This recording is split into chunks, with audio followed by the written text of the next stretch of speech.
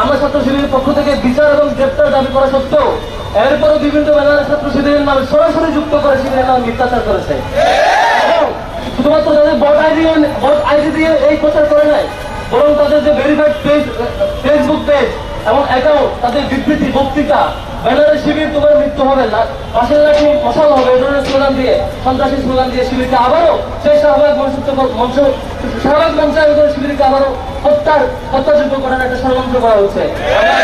London থেকে আজকের এই প্রোগ্রাম থেকে আমরা একটা তীব্র নিন্দা এবং প্রতিবাদ জানাচ্ছি। একই সাথে আমরা 5 আগস্টে পরে মনে করেছিলাম গত 15 বছর যারা ভিকটিম হয়েছিল ছাত্র শিবির সহ সকল সংগঠন অন্তত এবার বুঝবে আমরা যেমন ভাবে ভিকটিম হয়েছিলাম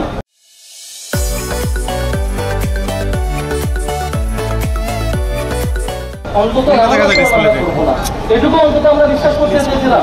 কিন্তু গতকাল 1-2 দিনের ঘটনা দেখেন, কয়টা ঘটনা, 2 মন গাঁজা নিয়ে গ্রেপ্তার হয় ছাত্রদল নেতা। শুধু এটুকুতে না, একজন নারীকে হুমকি দেওয়া হয়, তাকে নাকি তার সর্বোচ্চটুকু তারা দেখাবে। আবার 2জন নারী শিক্ষার্থীকে হল থেকে বের করে দেওয়ার হুমকি দেওয়া হয়। সবগুলো একদিনের ঘটনা। বৈষম্যবিরোধী ছাত্র আন্দোলনের একজন আন্দোলন করছে এমন একজন নারীকে তাকে হেনস্থা করেছে। শুধু এইটুকু নয়, আমরা শুধুমাত্র দেখেছি ইন্টারনেট ক্লাসে পর্যন্ত অসংখ্য নারীকে তারা হুমকি এবং বাজেভাবে অ্যাপ্রোচ করেছে। এরকম এই বাংলাদেশের কোন ছাত্র সংগঠনের কাছ থেকে এরকম রেসপন্স আশা করি না। সম্মানিত উপস্থিতি, আজকে বাংলাদেশ ইসলামী ছাত্র শিবিরের একটি হেল্প ডেস্ক ছিল সবগুলো ন্যাশনাল ইউনিভার্সিটির ভর্তি পরীক্ষা সবগুলো কলেজের সামনে।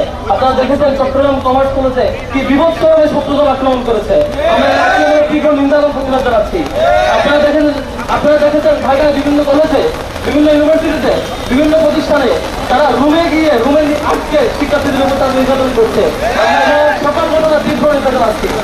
এখন সাথে হুঁশিয়ার করতে চাই, ছাত্রলীগ ভুল করেছিল কি জানেন?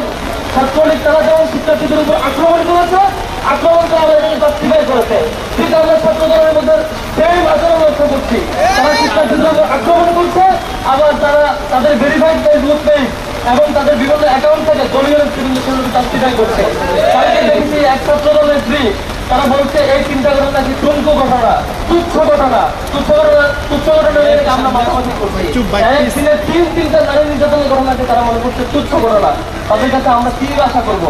সম্মানিত উপস্থিতি, আজকের এই মানববন্ধন থেকে আমরা আবার হুঁশিয়ার করতে চাই। আমরা সেই 15 জুলাই ছাত্রলীগকে হুঁশিয়ার করেছিলাম, যদি ছাত্রলীগ ঠিক না হয়, এ ধরনের আক্রমণ অব্যাহত রাখে, তাদেরকে বাংলাদেশ ছাড়া করা হবে। ঠিক তাই হয়েছে। ছাত্র দলও যদি তারা আবার ভালো পথে ফিরে না আসতে পারে, আবারও যদি এই টেন্ডারবাজি, সন্ত্রাসবাদী এবং চাঁদাবাজির রাজনীতিতে ফিরে চায়, ছাত্রদলকে হুঁশিয়ার করতে চায়। এই 5 আগস্ট পরবর্তী ছাত্র জনতার যে ফিলিংস, যে অনুভূতি, ছাত্র জনতার যে বিপ্লবী অনুভূতি এবং ন্যায়ের পক্ষে অন্যায়ের বিপক্ষে যে অনুভূতি, সেটাকে ধারণ করতে শিখুন, সেটাকে ভয় পেতে শিখুন। ভয় না পেলে আপনাদের ক্যাম্পাসে রাজনীতি তো দূরের কথা, বাংলাদেশেও আপনারা ঠিকাদারি হয়ে যাবে আগামী রাজনীতি। সুতরাং ছাত্র দলের মধ্যে অনেকটা সিম্প্যাথি আছে। কেন জানেন? গত 15-16 বছরের যে দীর্ঘ আন্দোলন, সে আন্দোলন ছাত্রদের আমাদের সহযোগিতা ছিল। সে সিম্প্যাথি থেকে এখনো আমরা আহ্বান করতে চাই, আপনারা এই সময়টুকু থাকতে সকল অপরাধী থেকে আপনাদেরকে দল থেকে ছিন্ন করুন, দল থেকে বহিষ্কার করুন, শাস্তি নিশ্চিত করুন। এ ধরনের অপরাধকে জাস্টিফাই করতে আসবেন না। আপনাদের দলকে টপ পুরোটা আপনারা ধারণ করতে শিখুন সত্যের পথটা। অন্তত আপনাদের সভাপতি শিবিরের উপর দায় দিয়ে দাও যে নির্দেশনা দিয়েছে, সেটা অন্তত আপনারা ফলো করবেন না। সেই বিশ্বাস ছাত্র দলের সকল কর্মীর কাছ থেকে আমি পেতে চাই, সেই বিশ্বাস আমরা অর্জন করতে চাই। অথবা যদি আপনারা আপনাদের দলীয় প্রধানের নির্দেশনা শিবিরের উপর দায় দিয়ে দাও, সেই প্র্যাকটিস ফলো করতে থাকে, তাহলে অপেক্ষা করেন, বাংলার ছাত্র জনতা আপনাদেরকে দেখবে ইনশাআল্লাহ।